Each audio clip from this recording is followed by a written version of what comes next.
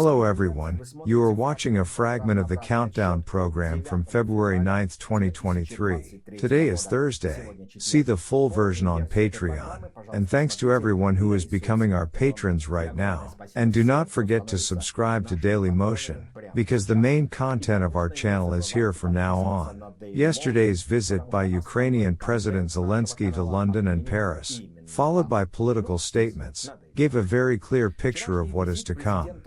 Putin and his entourage were, in fact, put into a political coma and outlined the future, the sunset of the cave by all available means, drones, tanks, long-range missiles, and now also combat aircraft. The British Parliament, together with King Charles III, enthusiastically welcomed President Zelensky, who delivered a grandiose speech, more than once interrupted by applause. That same evening, Zelensky's meeting with Macron and Scholz in Paris finally completed the picture of the future. Ukraine will have everything for the upcoming offensive. And Kyiv already has total political support. And then the US Secretary of State drove a nail into the lid of the Kremlin tomb. The range of military supplies to Ukraine is changing. Washington wants Kyiv to return the territories occupied by the Russian Federation, Anthony Blinken said, hinting at the imminent provision of fighter jets to Ukraine. True, it was not without side effects. Elon Musk again decided to demonstrate his influence. His company SpaceX turned off the Starlink internet service for Ukrainian military drones, as they allegedly do not want the Ukrainian military to use Starlink for offensive purposes. Perhaps, until now, the company believed that the armed forces of Ukraine were using Starlink functions for the benefit of geological surveys, but such a sharp démarche on the eve of the impending Ukrainian offensive in the White House can be regarded as clumsy playing along with the Kremlin. Under the current conditions, Musk risks getting hit on the ears, but, perhaps, the matter will be limited to his everyday creeping away, as has happened more than once. In any case, the picture turned out to be impressive. From the side of the light, a representative of the Ukrainian nation, who received the support of the entire West. From the side of the fascist darkness, Lavrov's sour face, gurgling about some kind of Russia-Africa summit. It seems that even Lavrov himself does not believe in the reality of such a summit, but the prospect of the Hague Tribunal is becoming clearer. And while the political comatose swim in their illusions, the United States are building their plans to enter the same African continent, where it was decided to push the Chinese and drive Prigozhin's terrorists out of there. But this is a little later, but for now, task number one is the liberation of Ukraine and its introduction into the civilized world community. Through decriminalization, reforms and bringing legislation to a common European denominator, to draw the final lines of what we are doing now and what we will do later, Biden will come to Poland in order to check the clock with Duda, Zelensky and the others.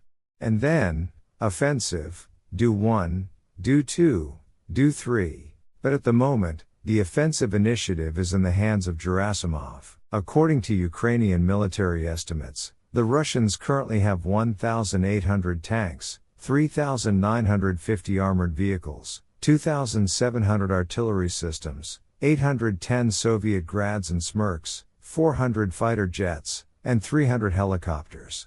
All this is ready to attack and attack. However, experts at the Pentagon characterize the Russian troops, which have already been thrown into the battlefield to plug defense gaps, as poorly equipped and poorly trained. You won't gain much with morally obsolete iron and poorly motivated soldiers. And what the comatose people of the General Staff will demonstrate on the battlefield will rather resemble the agony of units that have not yet been finished off.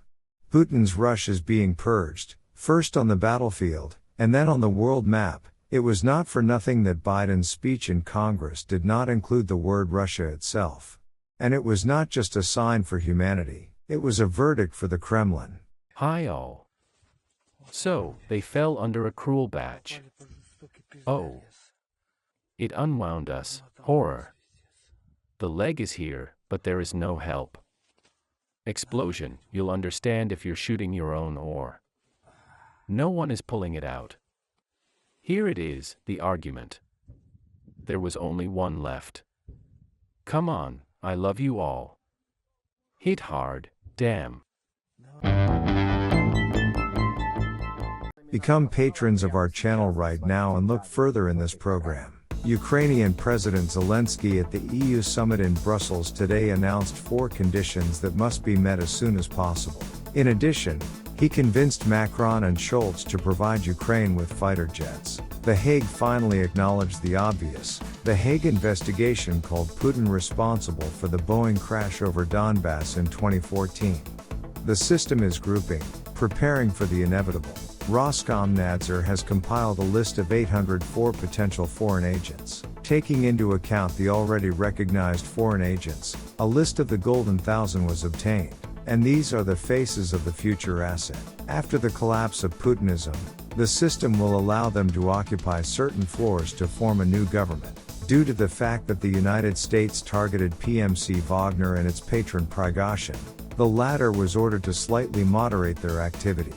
And he has already announced the termination of the recruitment of prisoners in the Wagner PMC.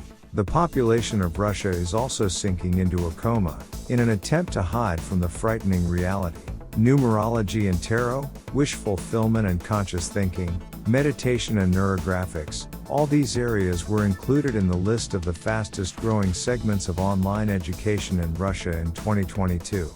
And the volume of consumed vodka increased by 4%. The population goes into mysticism and drunkenness. And that's all for today. See the full version of the program on the Patreon resource. And thanks to everyone who is becoming our patrons right now. I hugged everyone. See you tomorrow on Friday Live. Glory to Ukraine.